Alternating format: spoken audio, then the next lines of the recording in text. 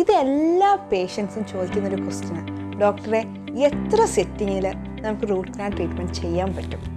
പെർമനൻ്റായി പല്ല് വെക്കുന്നതിനേക്കാൾ ചിലവ് ഭയങ്കര കുറവാണ് ഒരു റൂട്ട് കനാൽ ചെയ്യുന്നതിന്. ഹായ്, ഞാൻ ഡോക്ടർ സാൻഡി വിവിൻ. എല്ലാവർക്കും പരിചയമുള്ളൊരു വിഷയത്തെക്കുറിച്ചാണ് ഞാനിന്ന് പറയാൻ പോകുന്നത്. Root canal treatment.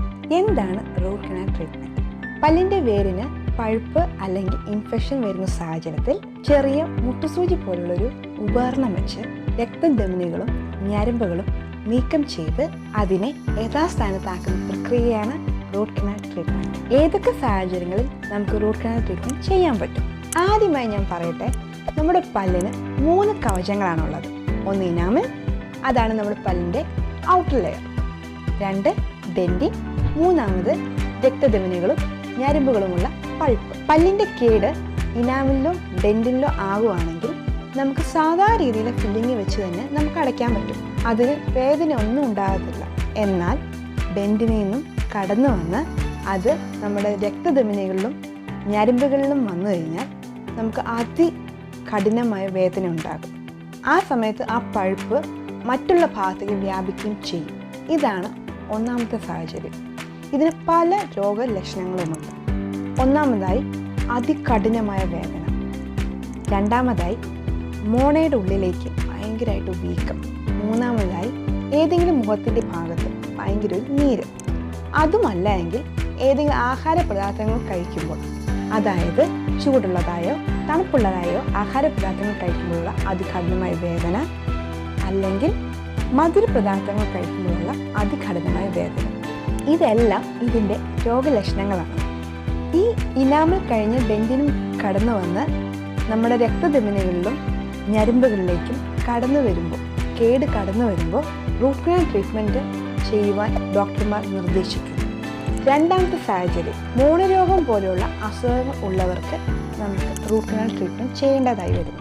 മൂന്നാമതായി, എന്തെങ്കിലും റോഡ് ആക്സിഡൻറ്റ് കാരണം പല്ലിൻ്റെ ഭാഗം പൊട്ടിപ്പോകുക, അല്ലെങ്കിൽ എന്തെങ്കിലും സ്പോർട്സ് ആക്ടിവിറ്റി കാരണം തട്ടലോ മുട്ടലോ കാരണം പല്ലിൻ്റെ പൾപ്പ് എക്സ്പോസ്ഡ് ആകുക.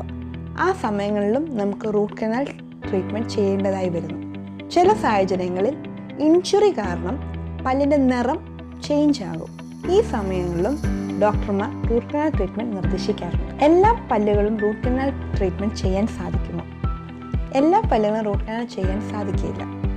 കാരണം ഒരു ഡോക്ടർ ഒരു പല്ലിൻ്റെ രോഗനിർണയം ചെയ്യുമ്പോൾ തന്നെ ആ പല്ലിനെ നിലനിർത്താൻ സാധിക്കുമോ എന്ന് മനസ്സിലാക്കിയതിന് ശേഷം മാത്രമേ റൂട്ട് കനാൽ ട്രീറ്റ്മെൻറ്റ് നിർദ്ദേശിക്കാറുള്ളൂ. ഇത് എല്ലാ പേഷ്യൻസും ചോദിക്കുന്നൊരു ക്വസ്റ്റ്യനാണ്. ഡോക്ടറെ, എത്ര സെറ്റിങ്ങിൽ നമുക്ക് റൂട്ട് കനാൽ ട്രീറ്റ്മെൻറ്റ് ചെയ്യാൻ പറ്റും? ഈ കാലഘട്ടത്തിൽ സമയത്തിന് ഭയങ്കര പ്രാധാന്യമാണ്. അതിനാൽ നമുക്ക് റൂട്ട് കനാൽ ട്രീറ്റ്മെൻറ്റ് സിംഗിൾ സിറ്റിങ്ങിന് ചെയ്യാൻ സാധിക്കും. അതിന് ഡോക്ടറിനെ സഹായിക്കുന്ന ധാരാളം ഉപകരണങ്ങൾ ഈ കാലഘട്ടത്തിൽ നമുക്ക് ലഭ്യമാണ്. ഡിജിറ്റൽ എക്സ്റേസ്, പിന്നെ ഡോക്ടറിൻ്റെ റൂട്ടിൻ്റെ ലെങ്ത് കണ്ടുപിടിക്കാൻ പറ്റുന്ന ഉപകരണങ്ങൾ, മൈക്രോസ്കോപ്പിക് ഉപകരണങ്ങൾ, ഡോക്ടറിൻ്റെ റൂട്ട് കനാലിന് ഹെൽപ്പ് ചെയ്യുന്ന ഉപകരണങ്ങൾ, ലേസേഴ്സ്, അങ്ങനെ പലതും. ചില സാഹചര്യങ്ങളിൽ 2 അതോ 3 സിറ്റിംഗ് ആയിട്ട് ഇത് ചെയ്യേണ്ടതായി വരുന്നു. അതിൻ്റെ കാരണം പഴുപ്പ് കാരണം അല്ലെങ്കിൽ ഇൻഫെക്ഷൻ കാരണമായിരിക്കാം. ഇൻഫെക്ഷൻ കുറഞ്ഞതിന് ശേഷം മാത്രമേ നമുക്ക് ഈ ട്രീറ്റ്മെൻറ്റ് ബാക്കി പൂർത്തീകരിക്കാൻ സാധിക്കുകയുള്ളൂ. Root canal treatment ചിലവേറിയതാണ്.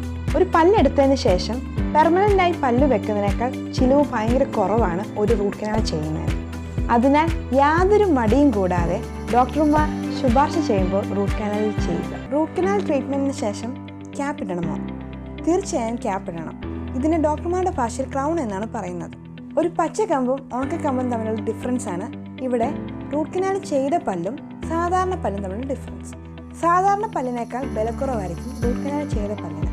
പല്ലിൻ്റെ വേര് നഷ്ടപ്പെടുകയോ പല്ലിൻ്റെ ജീവൻ നഷ്ടപ്പെടുകയോ ചെയ്യുമ്പോഴാണ് അതിൻ്റെ ബലം കുറയുന്നത്.